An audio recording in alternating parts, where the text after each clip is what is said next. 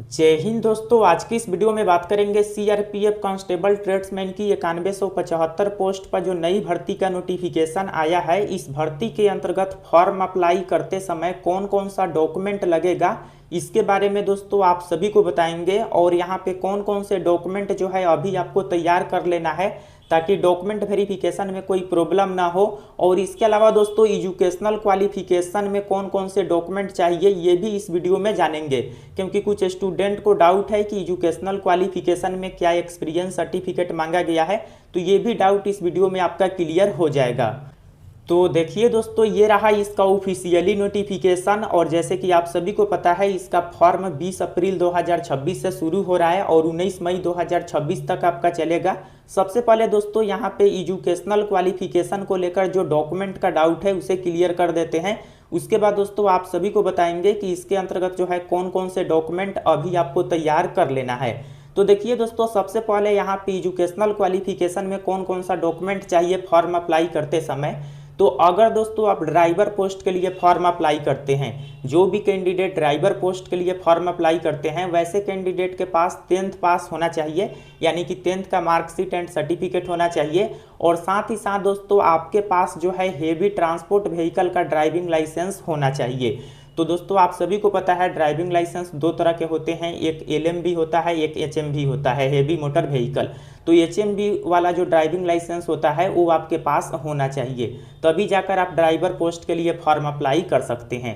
तो 10th पास और plus driving licence है तो आप ड्राइवर पोस्ट के लिए एलिजिबल है। अब दोस्तों एक सवाल ये है कि मैकेनिक मोटर व्हीकल का जो वैकेंसी है इसमें तो आपका 10th पास होना चाहिए, और साथ ही साथ दोस्तों जो है आपके पास जो है आईटीआई। देखिए दोस्तों, मैकेनिक मोटर व्हीकल के लिए अगर आप फॉर्म अप्लाई करते हैं तो यहाँ पे मैकेनिक मोटर व्हीकल में आईटीआई आपके पास होना चाहिए। दोस्तों ये एमएमवी ट्रेड होता है मैकेनिक मोटर व्हीकल, और ये 2 साल का कोर्स होता है आईटीआई के अंतर्गत। तो अगर आप सभी एमएमवी ट्रेड से आईटीआई किए हैं जो कि 2 साल का होता है तो आप इसके लिए एलिजिबल है। तो एमएमवी का भी आप सभी का डाउट क्लियर हो गया। अब दोस्तों यहाँ पे बात करते हैं ट्रेड्समैन के लिए।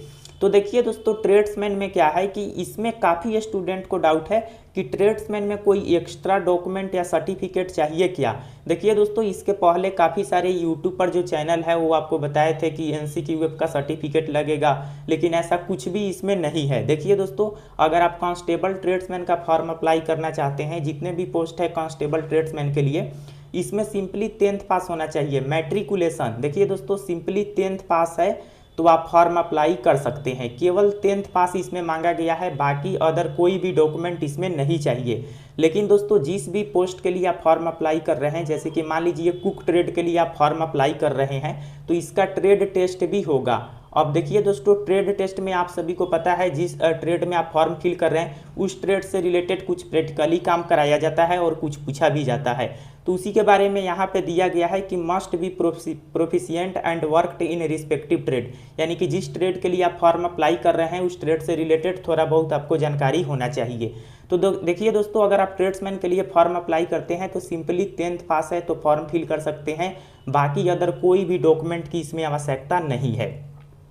इसके अलावा दोस्तों इलेक्ट्रीशियन एंड मेसन का जो वैकेंसी है ट्यूनर विंग के अंतर्गत, तो इसमें 10th पास मांगा गया है और 1 ईयर का एक्सपीरियंस मांगा गया है in respective trade like missionary या इलेक्ट्रीशियन। तो अगर आप इसके लिए फॉर्म फिल करते हैं तो 1 ईयर का एक्सपीरियंस इसमें मांगा गया है, बाकी ट्रेड्समैन में किसी भी तरह के एक्सपीरियंस नहीं मांगे गए हैं। तो इलेक्ट्रीशियन या मेसन के लिए आप फॉर्म अप्लाई करते हैं तो 1 ईयर का एक्सपीरियंस इस फील्ड में होना चाहिए। तो आई होप दोस्तों एजुकेशनल क्वालिफिकेशन को लेकर जो डाउट था वो क्लियर हो गया होगा। और देखिए दोस्तों, आप सभी पहले से भी ट्रेड्समैन के लेकर 10th पास तो सभी कैंडिडेट होंगे, आसानी से आप फॉर्म फिल कर सकते हैं, कोई भी प्रॉब्लम नहीं है। आई होप आप सभी का एजुकेशनल क्वालिफिकेशन को लेकर जो डाउट था वो क्लियर हो गया। अब दोस्तों एक चीज़ ये है कि कौन कौन सा डॉक्यूमेंट इसमें चाहिए। देखिए दोस्तों, यहाँ पे process of certification and format of certificates, तो डॉक्यूमेंट्स के बारे में यहाँ पे बताया गया है कि कौन कौन से डॉक्यूमेंट्स जो है आपको चाहिए। तो देखिए दोस्तों, इसमें 2 इम्पोर्टेंट डॉक्यूमेंट है।